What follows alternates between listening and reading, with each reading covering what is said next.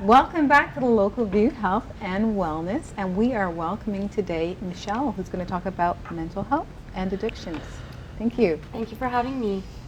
So tell us a little bit more about mental health and addictions. Well, mental health and addictions are very closely related. Often people engage in addictive behaviors as a way of coping with their mental health problems. So it could be anxiety, depression, trauma, and often we find people engaging in substance abuse or shopping or any human behavior really that keeps on happening despite the negative effects.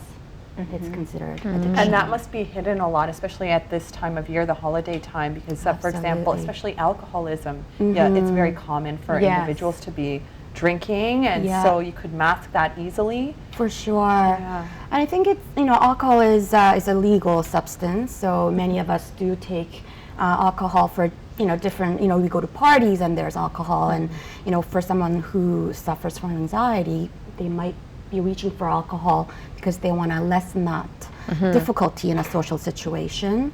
I think it becomes a problem when that person engages in that behavior repeatedly over time, despite the negative, impact, such as, missing work, for example, or impacting their relationships with their family and friends.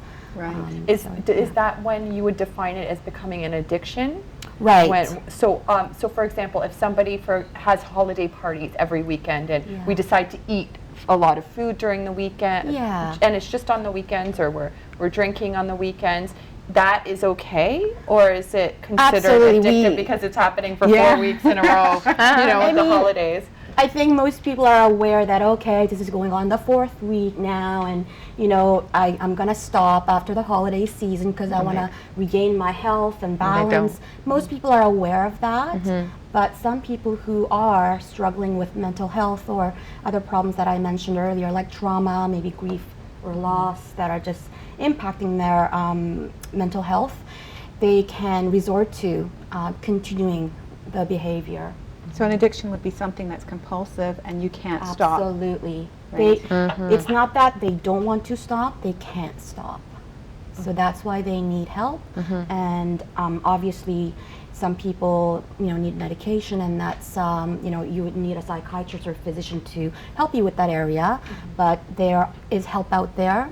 So psychotherapy or counseling can be very helpful in sorting out really the root cause of your issues. You mentioned shopping in your list of addictions, and I think it's so appropriate for this time of year because we are shopping, right? So how much is too much? When do I know if I'm addicted? Great question. Great question. I think, if you look at your bank statements and you're always in the negative and you can't pay your rent, that's a problem. That's a red flag. If you're lying about your purchases constantly, that's also a problem, because it's a sign that, okay, I don't want other people to know that I'm engaging this. I know it's not good for me, but I can't help. So that's a problem. Yes.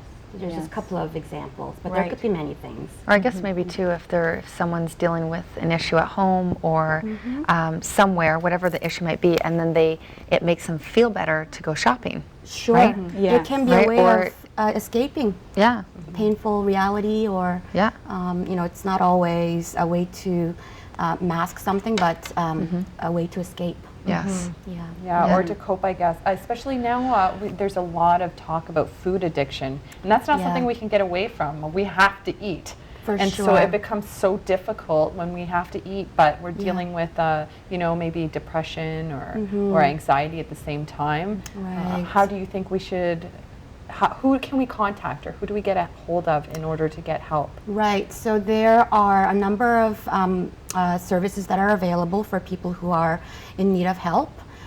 You can go to www.ontariomentalhealthalliance.ca, and on that website there are links to various organizations that support therapists and practitioners.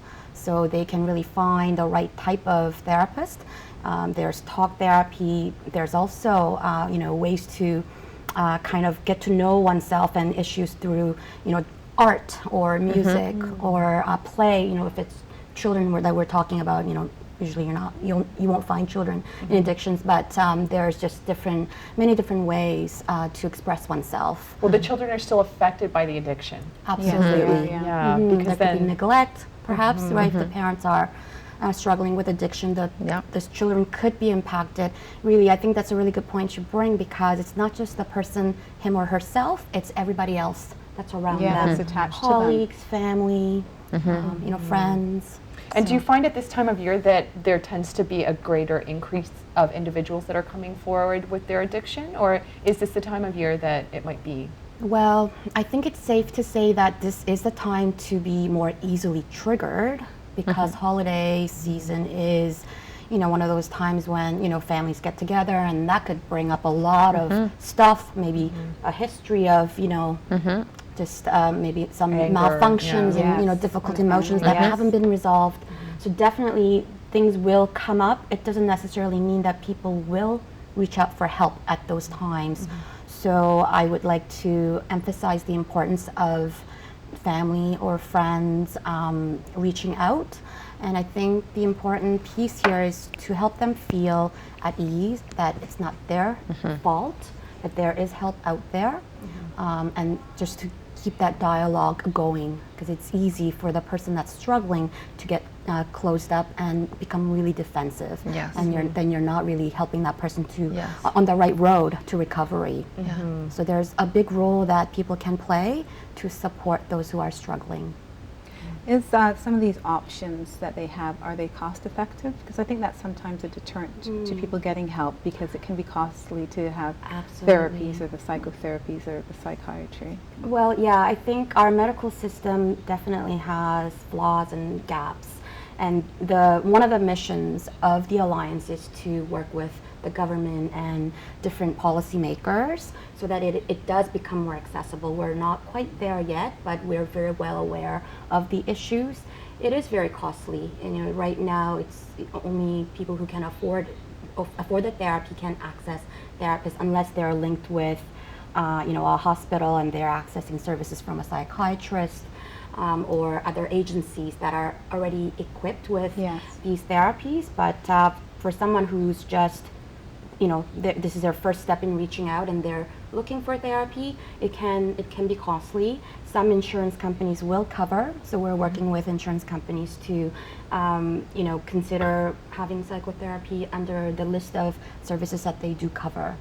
So we're doing a lot of work in that area. So if I'm a family member and I identify that someone in my family may have an addiction of some sort, what would I do? What should I do?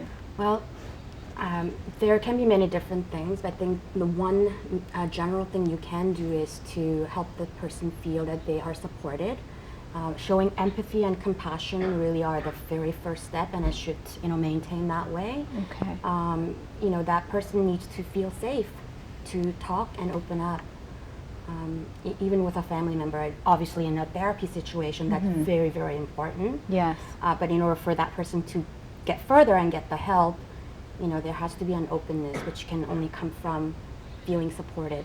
Yes, okay, that's key, because I could see how in a family situation, particularly if it's an addiction that affects the finances of the family, that is like, we're shutting down right now. Well, we're building a firewall, you can't spend any money, you're not going to touch my money. Well, we can start to blame each other, and other problems come to the surface and just becomes a mess.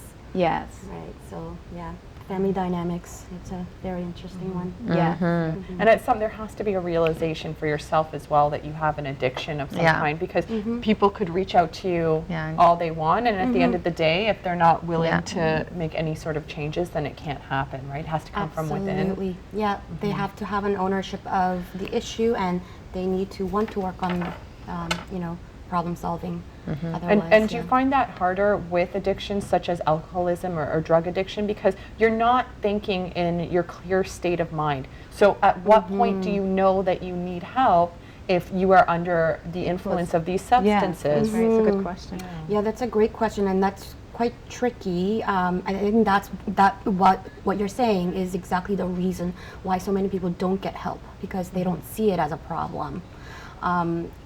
If we can somehow get that person to go and speak to somebody, a professional, the the helpful thing for the person to realize is that they're not a bad person.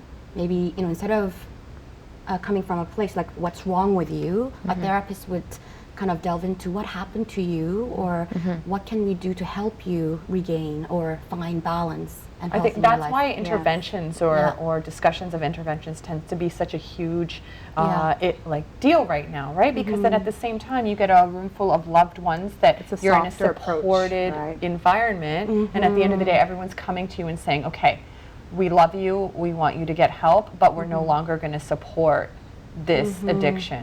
Could you tell us how our viewers could contact you this season? Yeah, so www.ontariomentalhealthalliance.ca is the website. I can also point people to CAMH. It's the short form of Center for Addiction and Mental Health, and it's a well-known hospital. We all know that it's on Queen West, but if you go to their website, you'll find that they have satellite locations and you can access services throughout the GTA. Thank you And a lot so of those services are much. free, right? Thank you Yes, so much. yes. Excellent. Well, thank you Thank for you. watching this episode of the Local View Health and Wellness, and we'll see you next week. Thank you for having me. It was great to have you. Excellent.